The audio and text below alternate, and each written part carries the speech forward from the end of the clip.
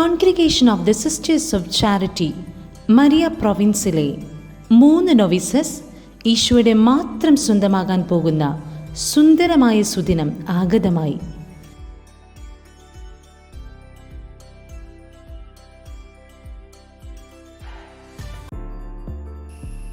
പ്രത്യാശയുടെ ഈ വർഷത്തിൽ അനേകർക്ക് പ്രത്യാശയുടെ തിരുനാളമായി മാറുവാൻ ഇറങ്ങിപ്പുറപ്പെട്ട 3 കന്യകമാർ. ക്രിസ്തുവിനോടുള്ള സ്നേഹം, പ്രണയം അതുമാത്രമാണ് സന്യാസത്തിലേക്ക് ഇറങ്ങിപ്പുറപ്പെടുവാൻ ഇവരെ പ്രേരിപ്പിച്ചത്. മിട്ടൂറോസ് KV, saint Sebastian church Chittattukara ഇടവകാംഗമായ കുണ്ടുകുളങ്ങര വിൻസെന്റ് ജെസി ദമ്പതികളുടെ 1ാമത്തെ മകൾ. ഞങ്ങളുടെ മകൾ ചാരിറ്റി കോൺഗ്രിഗേഷനിൽ സിസ്റ്ററാവാൻ പോയി. അപ്പോൾ അവളുടെ ഉടുപ്പ് കിട്ടലാണ് ഈ മാസം 30-ാം തീയതി. അപ്പം ഞങ്ങൾക്ക് അതിൽ വളരെയധികം സന്തോഷമുണ്ട്. ഈശോയുടെ മണവാട്ടിയായിട്ട് അവൾ മാറുന്നതിൽ ഞങ്ങൾക്ക് വളരെ സന്തോഷമുണ്ട്. ജീവിതകാലം മുഴുവനും അവൾക്ക് ആ ഒരു സ്പിരിറ്റ്, ഈശോയുടെ ആ സ്പിരിറ്റ് പരിശുദ്ധാത്മാവിനെ ലഭിച്ചു എന്നുള്ള ആ ഒരു സന്തോഷവും ആ ഒരു കൃപയും അവൾക്ക് എന്നും ഉണ്ടായിരിക്കും എന്നുള്ളൊരു ഉറപ്പിലാണ് ഞങ്ങളും അവൾക്ക് വേണ്ടി പ്രാർത്ഥിക്കുന്നുണ്ട്. എല്ലാ മക്കൾക്കും വേണ്ടി പ്രാർത്ഥിക്കുന്നുണ്ട്. നമുക്കെന്നുവെച്ചാൽ സഭയിലുള്ള എല്ലാ സിസ്റ്റേഴ്സിനും നല്ലൊരു ദൈവവിളി സ്വീകരിച്ച് ഇനിയും കുട്ടികൾ നന്നായി വരട്ടെ എന്നും കൂടി ഞങ്ങൾ പ്രാർത്ഥിക്കുന്നു. നമുക്കറിയാവുന്നതുപോലെ ജീവിതത്തിലെ ചില നിമിഷങ്ങൾ നമുക്ക് വാക്കുകൾ കൊണ്ട് വർണ്ണിക്കാവുന്നതല്ല. എൻ്റെ കുഞ്ഞുനാളിലെ എൻ്റെ മനസ്സിൽ എപ്പോഴും തോന്നിയ ഒരു ആഗ്രഹമായിരുന്നു ഈശോയുടെ സ്വന്തമാകണമെന്നുള്ളത്. പിന്നീട് അതൊരു സ്വപ്നമായി. ഇപ്പോൾ അതൊരു യാഥാർത്ഥ്യത്തിലേക്ക് അടുക്കുമ്പോൾ ഉള്ളു നിറഞ്ഞ സന്തോഷത്തോടെയാണ് ഞാൻ ആയിരിക്കുന്നത്. വിശുദ്ധ പൗലോസ്ലീഹ പറയുന്നത് പോലെ എൻ്റെ പിന്നിലുള്ളവയെ വിസ്മരിച്ചുകൊണ്ട് മുന്നിലുള്ളവയെ ലക്ഷ്യമാക്കി ഞാൻ ഓടണം. എൻ്റെ പിന്നിലുള്ളവയെ വിസ്മരിച്ച് മുന്നിലുള്ളവയെ ലക്ഷ്യമാക്കിയുള്ള ഈ ഓട്ടത്തിൽ ക്രിസ്തുവിൻ്റെ സ്നേഹമാണ് എനിക്ക് ഉത്തേജനം നൽകുന്നത്.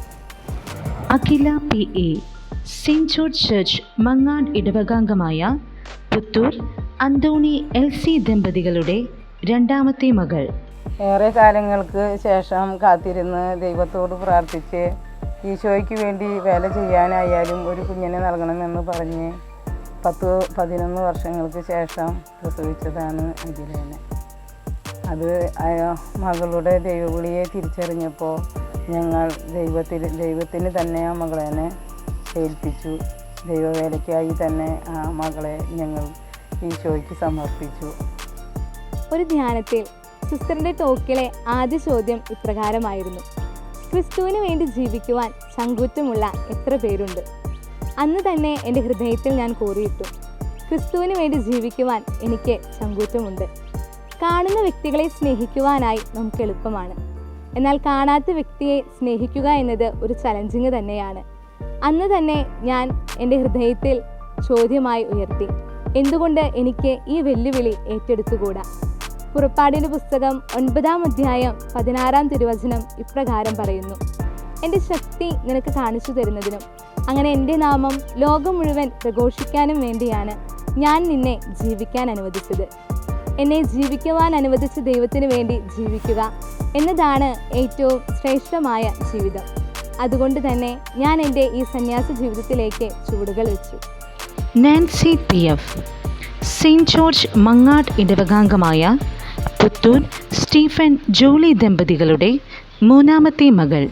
ഞങ്ങളുടെ മോള് നാൻസി 10ാം ക്ലാസ് കഴിഞ്ഞപ്പോഴാണ് വിദ്യാസിസ്റ്ററിൻ്റെ കൂടെ പോകാനായിട്ട് ധ്യാനത്തിന് ആദ്യമായിട്ട് പോയത്. ഇപ്പോൾ അവൾ അന്ന് പോയി കാരണം ഇപ്പോൾ ഞങ്ങൾക്ക് വലിയ സന്തോഷമായി. ദൈവത്തോട് കൂടുതൽ അടുക്കാനൊക്കെ പറ്റിയിട്ടുള്ള ഒരു ടൈമായി. മാതാവിൻ്റെ ഉദരത്തിൽ ഉരുവാകുന്നതിന് മുമ്പ് എന്നെ അറിഞ്ഞ ഈശോ എന്നെ സ്വന്തമാക്കാൻ ആഗ്രഹിക്കുന്നുണ്ടെന്ന് ഞാൻ മനസ്സിലാക്കിയത് ഒരു കൗൺസിലിങ്ങിലൂടെയാണ്. ഞാൻ ഓർക്കാതെയും ഞാൻ സ്നേഹിക്കാതെയും പോയ ഈശോ എന്നെ സ്നേഹിക്കുന്നുണ്ടെന്ന് അറിഞ്ഞപ്പോൾ എൻ്റെ ജീവിതം ഈശോയ്ക്കായി ഞാൻ സമർപ്പിച്ചു.